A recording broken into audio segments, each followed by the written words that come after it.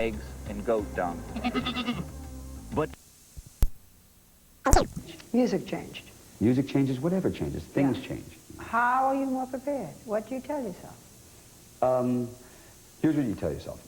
And I'll give you the best example I know. I did a pilot right after Roseanne. Big deal for me. It was a half-hour Western called Hot Prospects. And Barbara Corday was the head of CBS then.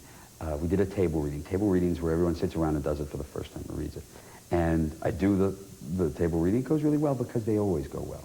And Barbara comes over, she goes, so you're lightning in a bottle. You're lightning in a bottle. There's Robin Williams, and there's you. That's it. I mean, comedy, that's it. That's you. Okay, thanks, Barbara. And she went away, and my agents called me, my dad, how'd it go? Well, I'm lightning in a bottle. And we kind of laughed about it. A week later, they had fired all the other actors. They had fired the director. They'd rewritten the script a dozen times. And Barbara called me into the office, and she said, I want to bring in an acting teacher for you. And I said, oh, so let me just get this straight. I'm no longer lightning in a bottle. The thing is, had I believed the first one, sure, the second one would have devastated me. Are the tabloids playing with you now? Oh, yeah. They what are they saying? The thing that's dangerous is, now, as opposed to trying to catch you doing something wrong, they try to create it. Now they try to, you'll be walking with a girl and go, hey, George, who's the fat girl you're with? Yeah. So you turn around and go, hey, listen, pal.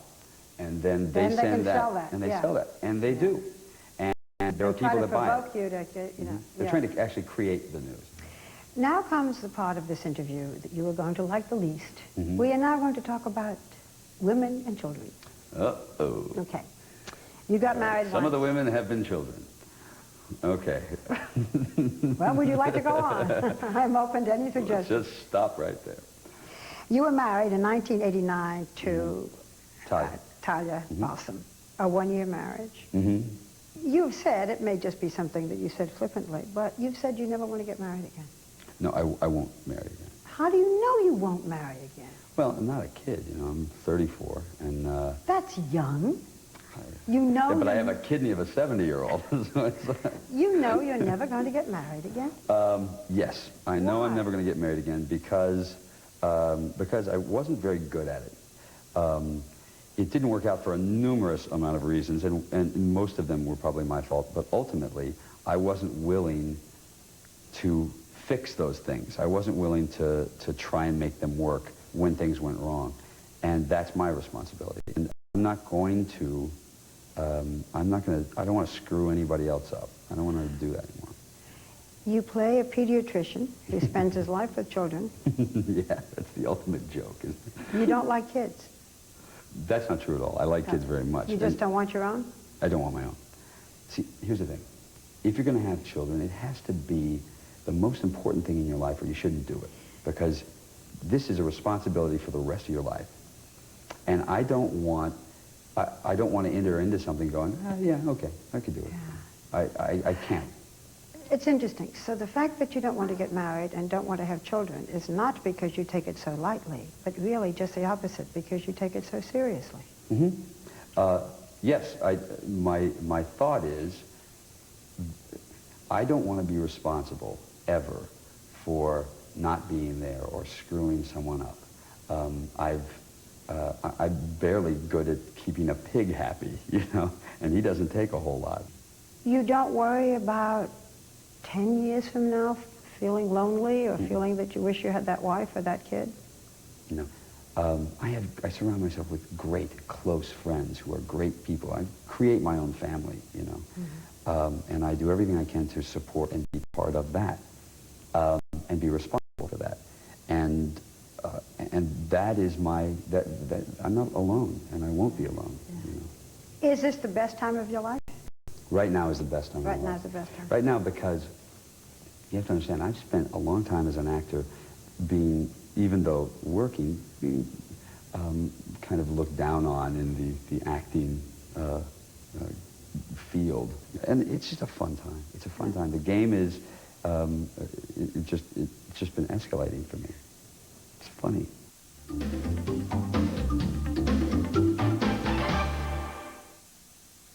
Critics are hailing A Thousand Acres as an emotional tour de force.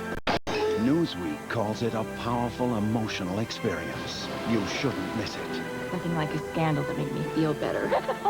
Michelle Pfeiffer and Jessica Lange give Oscar-caliber performances in the best drama of the year. It's a film you won't forget. I'd always assumed we'd be together forever. 1,000 Acres, rated R. Now playing at a theater near you.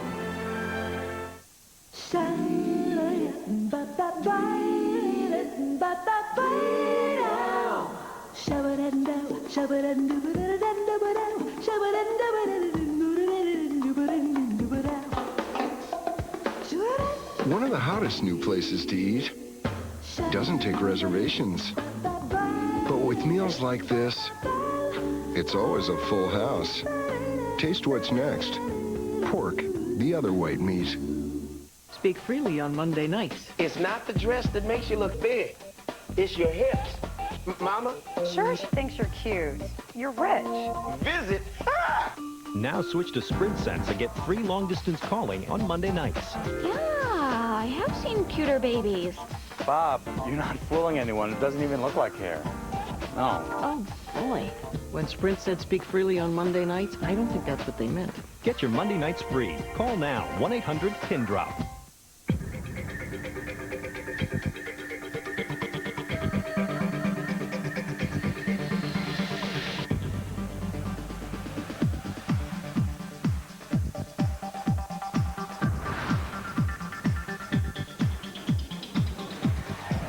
This is actually a family car, but that can be your little secret.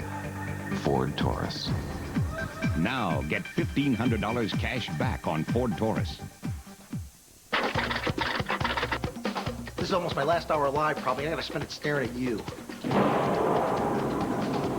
Thank you, God.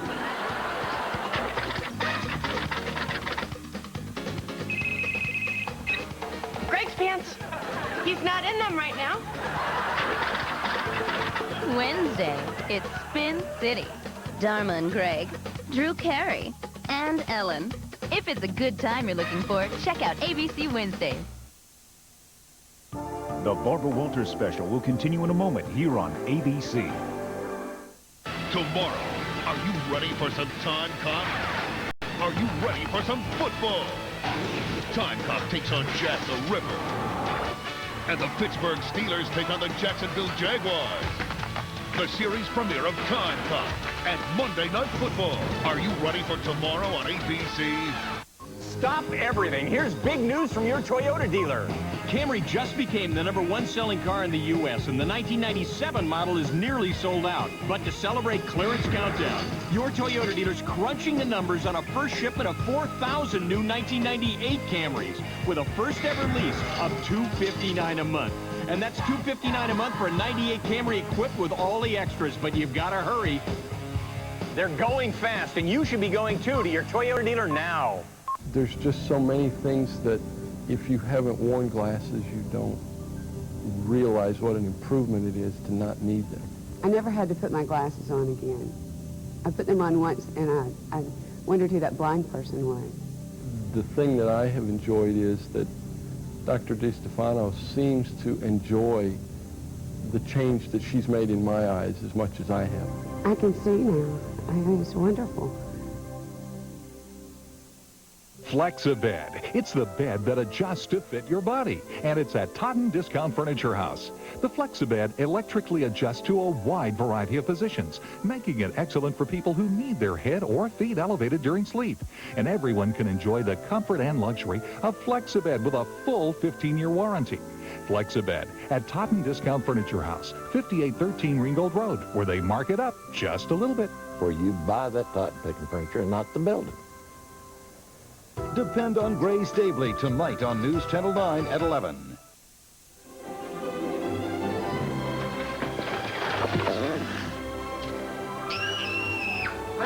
Imagine you are 7 years old and get to be a scene stealer in one of the most successful movies ever made. I don't like it. That would be fun, right? E.T. phone home. It's Saturday Night Live! But a smooth ride was never in the cards for Drew Barrymore. Can I get a glass of milk, honey? Milk? I'm a Barrymore. Get me a drink and make it a double.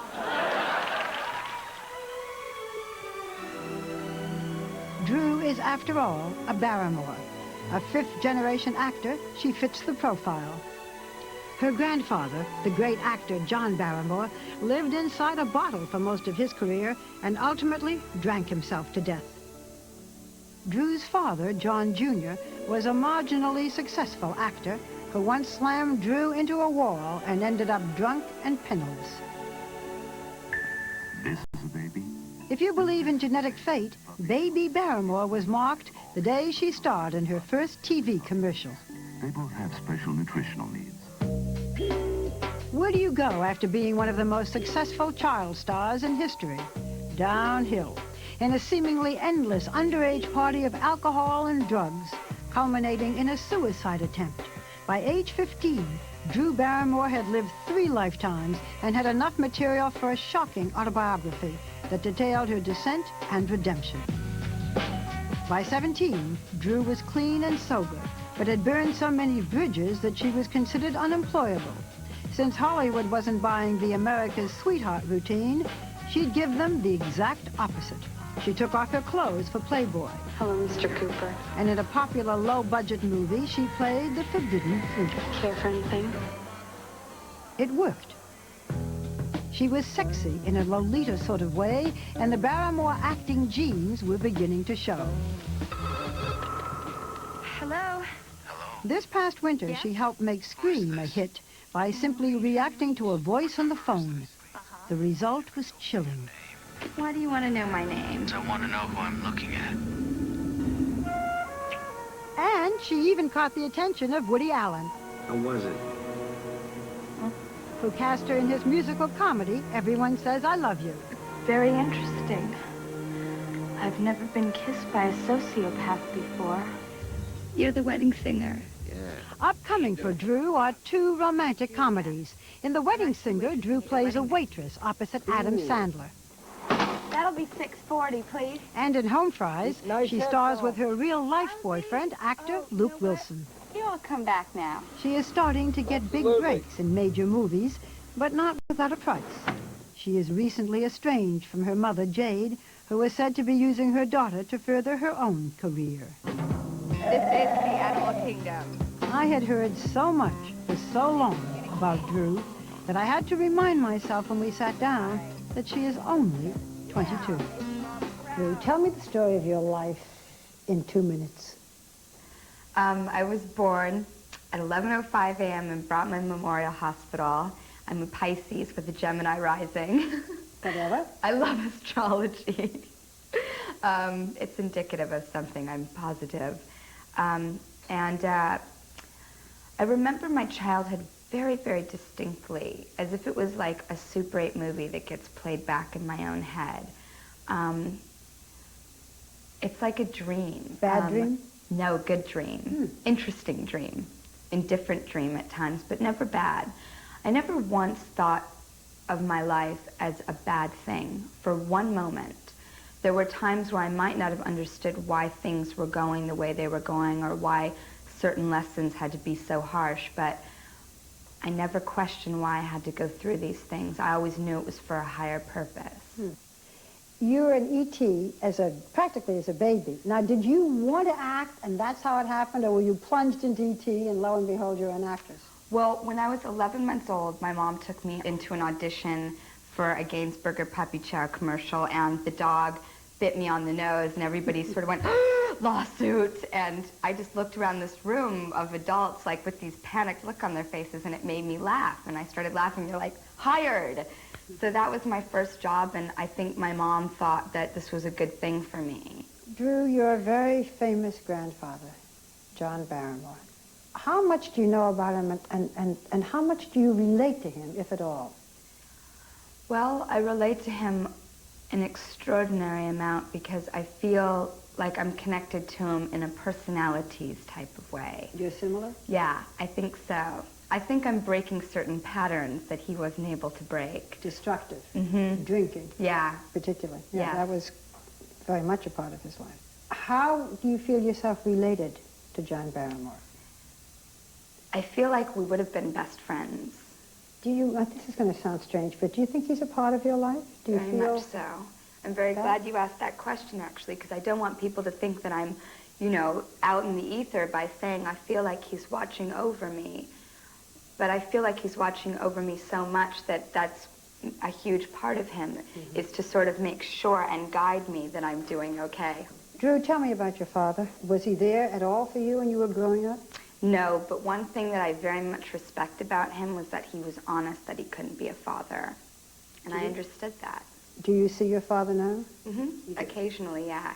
Him and I are very alike. We spend a lot of time alone. And I think we feel awkward with plans. So we very much have a universal understanding with each other. Tell me about your mother. You're now estranged from your mother. Yeah, my mother and I don't speak, I think, because it's the appropriate thing for both of us to do right now.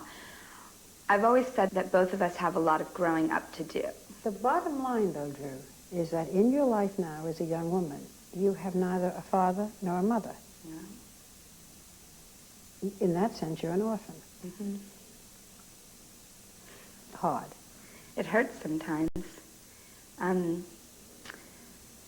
I remember when I was younger, I used to wonder at Christmas time, did bad kids have no parents and good kids had parents?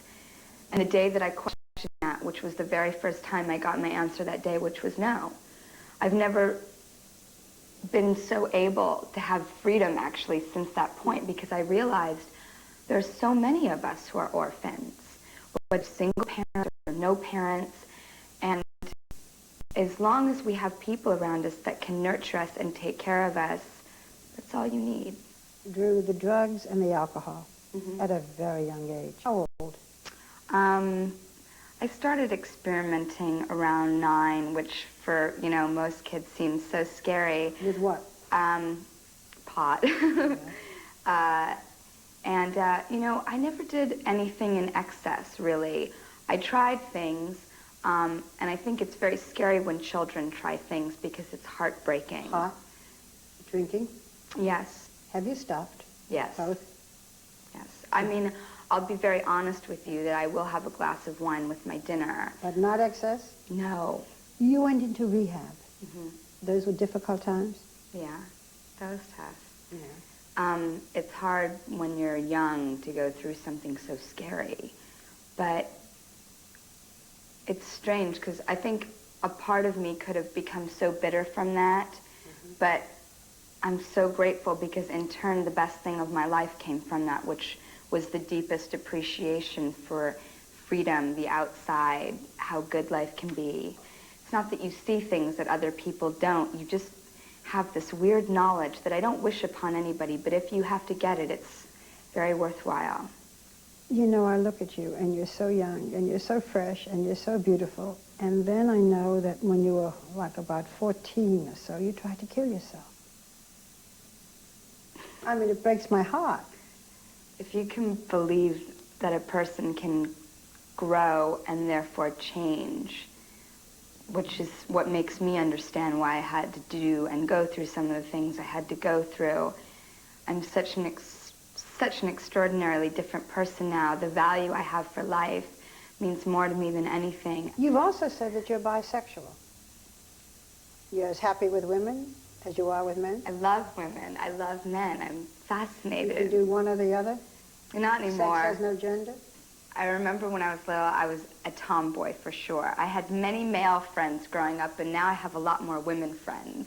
But I think as a child, I was very into androgyny and understanding both sexes and trying to be open to them. And then there was that period where you were stripping at bars, with David Letterman. One bar, one David Letterman. Yeah. What's that all about? Freedom. Still doing it? No. But that was a period of my life that I very much look fondly at because I wasn't like that before and I wasn't like that after. So I was happy for one moment. I felt so comfortable in my skin that I could do those things. This was only a year or so ago.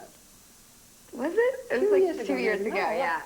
Okay, so here we are. No more drinking. No more drugs.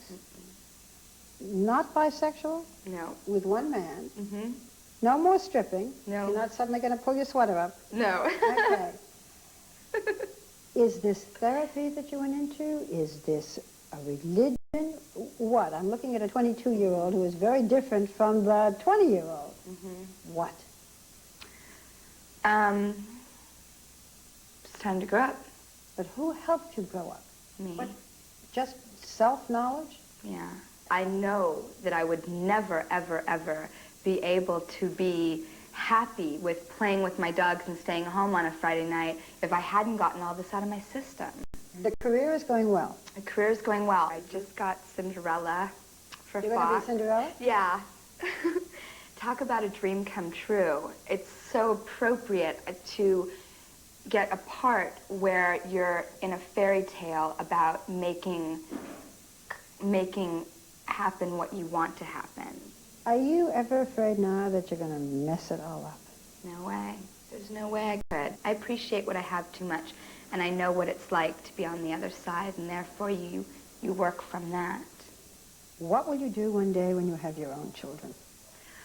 Be the happiest person alive. Never leave them? Never.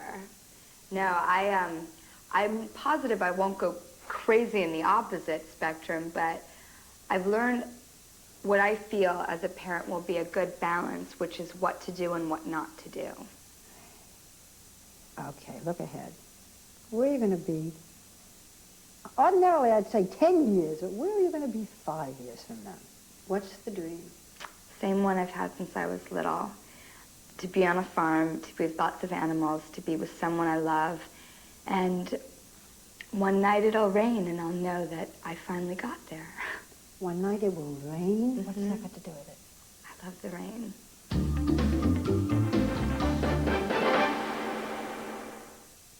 10 minutes and we're out of here. Hi, Ralph. It's that pipe again. Will it take long? Nah, only... Oh, DirecTV. A couple hours. Well, lock up when you leave. Sure. DirecTV. Over 175 channels, digital picture and sound. It's satellite TV at its best. Wow, does this blow cable away? Comfy? For the choice of movies, cable, and sports packages you can't get anywhere else, it's got to be DirecTV. Send your packages in 2 days with FedEx to lots of different places. You get lots of different prices. Send your packages in 2 days with UPS to lots of different places. You get lots of different prices. Send your packages in 2 to 3 days with Priority Mail to lots of different places. You get the same price. You know, $3. So, what's your priority? Priority Mail from the U.S. Postal Service. How do you stop a rhino from charging? How? Travel with Joseph Van Oss Photo Safari to Kenya's land of the Maasai. How do you stop a rhino from charging? And you'll see a culture and a wildlife like no other on earth. How do you stop a rhino from charging? But bring your Visa card. How do you stop a rhino from charging? Give it an American Express card. Because this photo safari doesn't take American Express. Wait till they hear this in Nairobi. Visa, it's everywhere you want to be. You use a deodorant, right? To protect against odor? But underarms aren't the only place odors occur. And since most odors come from wetness, shouldn't you be using a second deodorant? FDS Feminine Deodorant Spray. Spray it on underwear, pantyhose, panty liners. FDS is gentle, hypoallergenic, and proven to absorb odor and moisture. Hey, feel clean, feel fresh. Make FDS your second deodorant. May you next enjoy the other white meat. Presenting a rack of pork, skewered pork kebabs, and America's cut pork chops. Bring the royal taster.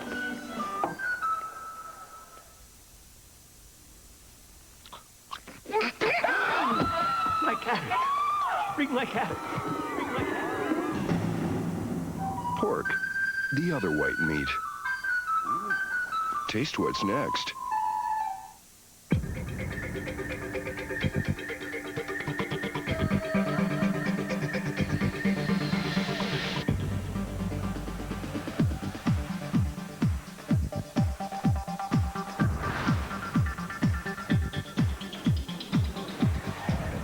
This is actually a family car, but that can be your little secret. Ford Taurus. Now get $1,500 cash back on Ford Taurus. What does it take to be crowned queen? A beautiful face up front and a little help from behind. Crowned I made it. and dangerous. ABC Next. Tim's going through a midlife crisis. What? Look out! And he's taking his family with him. The season premiere of Home Improvement, Tuesday on ABC.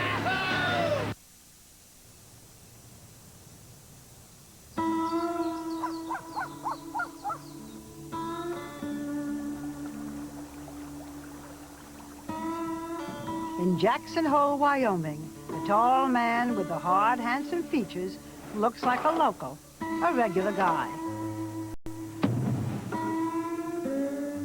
A former carpenter, Harrison Ford has fashioned by hand a film career of unprecedented proportions. When pressed, he'll grudgingly admit he is in show business. But make no mistake, Harrison Ford is not into show. He's all business. He has been in more blockbuster movies than any actor in history, starring in many of the top-grossing films of all time. From Han Solo in Star Wars, to Indiana Jones, to Jack Ryan in Patriot Games, to The Fugitive. Harrison Ford is the thinking man's action star. He projects an intoxicating combination of bravado and vulnerability. His motto seems to be, always let 'em see you sweat. As a boy growing up in the Chicago suburbs, Harrison was a self-described wimp. He admits to napping his way through college. In fact, he was the classic underachiever. Paging Mr. Ellis. Until he found two things he liked, Room 607. carpentry and acting. This was his first movie, 1964's Dead Heat on a Merry-Go-Round. Hey, baby. What do you say? He would go on to play in countless episodic television series until he was offered a small role in one of the biggest movies of 1973. Hey, you're supposed to be the best thing in the valley, man, but that can't be your car. It must be your mama's car. American Graffiti put him in the company of producer-director George Lucas, who was planning a risky follow-up project, a science fiction fairy tale that the studios predicted would bomb. You'll both strap yourselves in. I'm going to make the jump to light speed. Last winter, the Star Wars trilogy was again packing the theaters. Hey! Hey!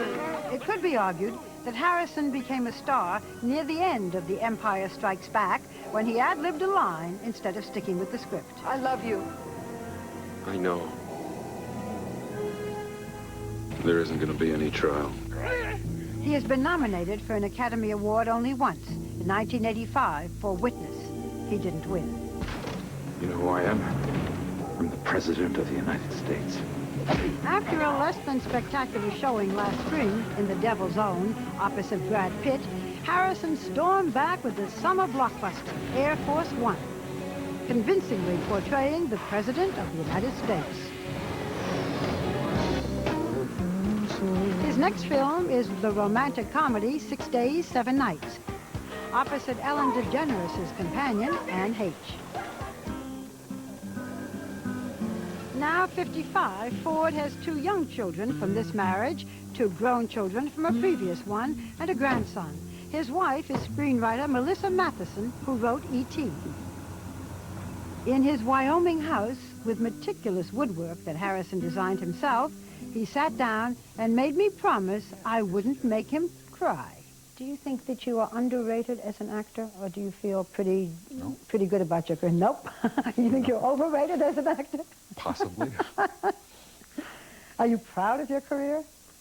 I'm delighted with it. I don't know whether I can say I'm proud of it or not. I mean, there are moments that I have. Yes, I'm proud of it. Damn right I am. Okay. You've just got to get a grip. I mean, Harrison, I have told you, you've just got to get a grip. No, I As am. I was saying. I've been very lucky. I've been enormously lucky. I've worked with some really great people. In an interview a few years back, though, you said, I am in this business for the money. Well, I mean that in the nicest possible way. I mean that this is my job. I am in show business. I don't for a minute ever forget that this is a business that I'm involved in, and it plays by business's rules. Let's go back a bit. When you were a kid, you have described yourself as a wimp. You were the kid that they would beat up, or that they would, what did they do, lower you over a ledge, an edge? Or, no, we had this, this school was built up to the height of the road above some lower-lying agricultural fields. And each day the school's bullies would come, and they would drag me to the edge of the parking lot and throw me down the slope. And then I would get up and I'd crawl back up to the top, and they'd take me and sling me off again. Why didn't you fight back? Oh, because I always operated under the theory that if you're fighting with somebody, yeah, and you hit them, it was probably going to make them even madder. What a poor schnook you were. Oh no. Oh, no, this was really very smart. The girls love me. Why? They don't like the wimp. Oh, You're a cute I was a wimp with character. No, I never gave up. I just never let them win, really. Would you give your sons this same advice? No, I'd say deck the sucker. I don't want to single you out, but I'm going to have to in what I say. But you seem to be, to the public, more balanced, less intoxicated by the whole show business or by the movie star business than most. Is it because success came later? Because you had that period where nothing much was happening, a lot of television roles, and that's when you became a carpenter. Mm-hmm. Did you know anything about being a carpenter? No. I bought a house in Hollywood Hills, and I started to fix it up. So I got some books on carpentry, and I started buying a few tools. I realized I wasn't going to be able to pay somebody else to do this work. I was going to have to do it myself. Pretty soon I had too much invested in tools to go out and buy any materials. So I went and got a job as a carpenter. I looked, I had the costume, I had the tools. You had the jeans? And I you had the book from the Encino Public Library. And when Sergio Mendes walked me around his backyard and showed me where he wanted the recording studio built and asked me questions about it, I gave him the answers that I imagined would be suitable. And I got the job. So my first job was a $100,000 recording studio for Sergio Mendes in his backyard in Encino. How long were you a carpenter? About 10 years. I wanted to hold out for movie work, for features. And the only way I could do that, the only way I could turn down an acting job involving money was if I had some other way to put food on the table. When American Graffiti was first offered to you, you turned it down. Well, I turned it down because they were only going to give me $485 a week for it. And I held out. Because you had all this money being a carpenter. Yeah, I said to Fred Roos, who called and offered me the job, that I could make twice that much as a carpenter, and that I couldn't afford to take the job. So I hung up the phone on him. And he came back? In 2 hours. He'd offered me $485, and he called me back 2 hours later and told me that he and George and Gary Kurtz had gone over the entire budget, and they had been able to find more money for me. How much more? $15 a week. More, and so for $15 a week you took it. Boy, you sure played hard to get. But I read that when you were first put under contract, you actually thought you had to pay the studio. No, they said, well, I was in this guy's office. It was the first time I was ever in a movie studio. And he said, how would you like to be under contract? I said, what does that mean? He said, $150 a week. And I thought, well, I can afford that for a while. You can give him $150 a week and you got a fight. It just didn't compute. I mean, this guy had just said to me, how tall are you? How much do you weigh? If we find anything, we'll let you know. There's also the story of your first film in which you had one line. I like that story. I played a bellboy in Dead Heat on a Merry-Go-Round. And my lines, I didn't have one. I had more than one line. I'm sorry. Paging Mr. Jones. It's one line. Paging Mr. Jones. That's 2 lines. Mr. Jones. when he nodded at me and gestured me over. 3 lines. That's a big part. Well, this guy called me into his office the next day, and he said, sit down, kid. This guy always called me kid. He was about 5 years older than me, but he always called me kid. I said, yeah. He said, I just saw the film from yesterday. He said, you're not going to make it. You ought to just forget this business. I said, yeah, why? He said, I'll tell you a story. He said, the first time Tony Curtis ever was on screen, he delivered a bag of groceries. A bag of groceries. You took one look at that guy and you said, that's a movie star. I said, I thought you were supposed to think that that was a grocery delivery boy. He said, get out of here. And that was And we never moments... heard of that man again. No. Has he tried to hire you since? Not at current prices, no. Okay, American Graffiti was the breakthrough. Yeah. But Star Wars was the... wow. If you think back, you'll remember that the order of success that film enjoyed had not happened before that. You could not have imagined that kind of now success. When you look back, you say... You couldn't have imagined the film to start with, because the special effects weren't there. Yeah. And regardless of how well George might describe them to us, it was still not there to be seen. So my paltry imagination would try and fill in the blanks. When I saw the film, the blanks were filled in big time. The line in The Empire Strikes Back where Carrie Fisher says, I love you, and you were supposed to say back, I love you, weren't you? Mm-hmm. But you didn't. Mm-hmm. You said instead. I know.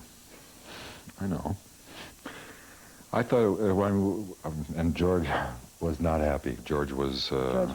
George Lucas was back in California, and he was very disappointed when he saw dailies, because he thought, and he was right, he said, that's going to get a laugh. Mm-hmm. And I said, yeah, but not a bad laugh, George, a good laugh. And I sat next to George for a screening, which really I realized was only to test that line, because George doesn't test his films. And it got a laugh, but it was a good laugh, as I had hoped and predicted. And so George. All right. The success now, I mean, that it's been reissued, and that there are lines and box office, and surprising? Phenomenal. I mean, release a 20-year-old movie and have people have it make, frankly, more money than it did the first time, and have this kind of interest and excitement. It's phenomenal, and a testimony to how truly important the work that George did there is. Have your little kids seen it? Oh, yeah. Do they like it? Can they separate? I mean, do they look and say, that's Daddy, or do they totally believe? Georgia saw me on something on television. Somebody leaned her across and said, who's that, Georgia? And she said, that's my other daddy. And that's the way she saw it. Malcolm had I guess he was in first grade, and they had a family week. Everybody brought pictures of their family, and they got around to saying, what does your daddy do, Malcolm? And he said, well, sometimes he helps the good guys so the bad guys don't win, and sometimes he's a lawyer. Which I thought was a complete understanding. It is. Would you play Han Solo again? It's a pretty thin character for me at this point. Would you play Indiana Jones again? In a New York Minute.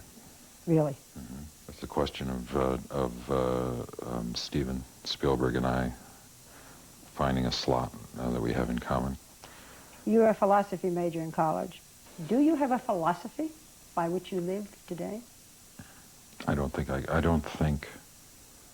I have something that's pronounceable as a philosophy. Do you believe in the Force? When it was fashionable to say, may the Force be with you, I always said, force yourself. Now it's fashionable again. Well, I'll say again then, the force is within you. Force yourself.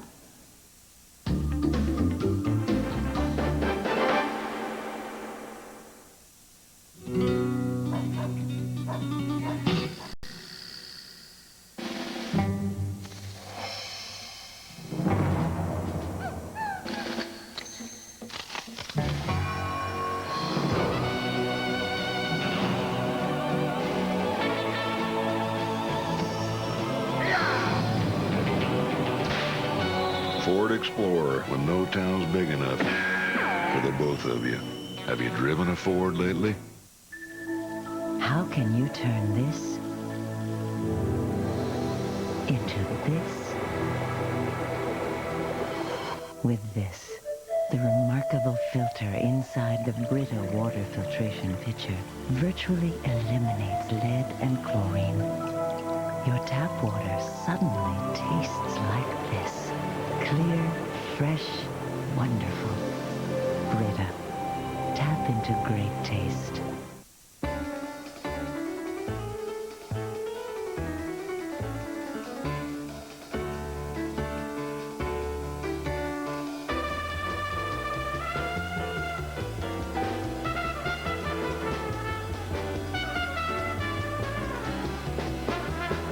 Next time you have them over, make the Joneses drool.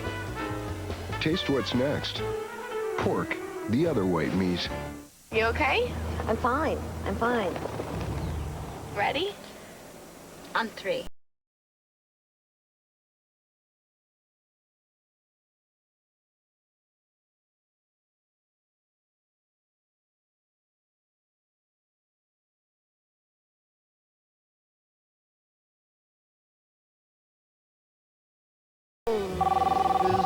Hello? Just checking. Walt Disney's 16th animated classic is now on video. You hear that, Samson? Sleeping Beauty. It was a royal celebration until an uninvited guest decided to crash the party. Seize that creature! Now, a magic spell has thrown a kingdom into danger. We must hurry. And one hero must do battle with the ultimate evil. Share this great adventure with your family. Walt Disney's Sleeping Beauty. Now on video. Do you think you'll be okay? Honey, we've got nothing to worry about. The nest is empty.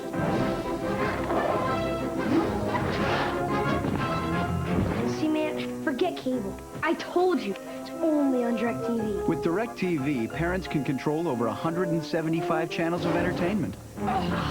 Even when they're not there. Technology stinks. For the choice of movies, cable, and sports packages you can't get anywhere else, it's got to be DirecTV.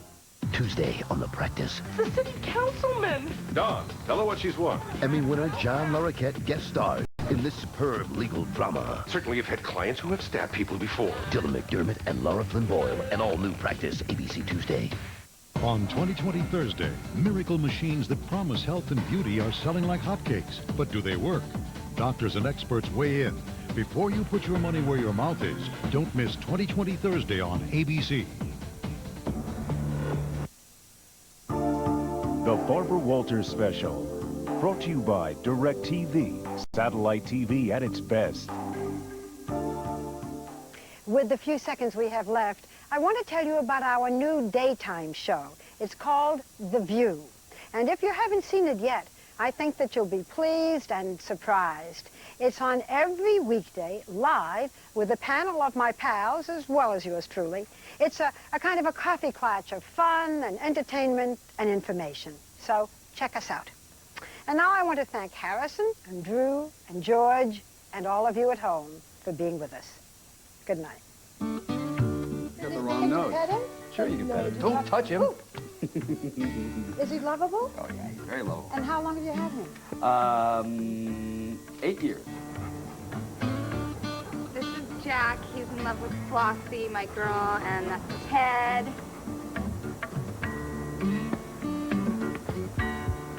Can the kids swim here in the summer, or is it too much of a rapid? We swim in a swimming hole in the river.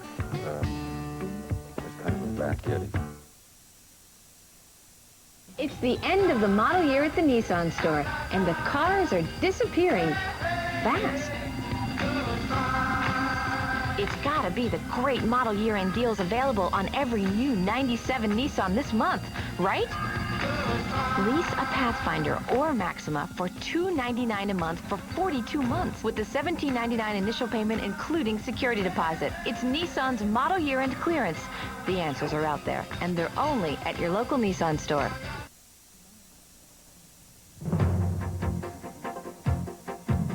Good evening, I'm Mike Dunn. It's 8:59. Here's what's happening at this hour. The fall weather means good news for local businesses as the fall tourism business kicks off. It could mean lots of revenue for merchants. And the lights have been burning this week at Max Finley Stadium. In just a month, the streets surrounding the new Finley Stadium will ring with celebration as a big-time weekend is planned for the opening UTC game. And in the state of Georgia, the winning lottery number tonight is 864. News Channel 9, depend on us. Appropriate title might be Miss Cheating, Lying, Show Stealing, Tramp. Wow, you backstabby. You should be really careful what you say about me. Keep it moving! Crime, and Dangerous. And now, an ABC premiere presentation, Crowned and Dangerous, starring Baywatch's Yasmin Bleeth.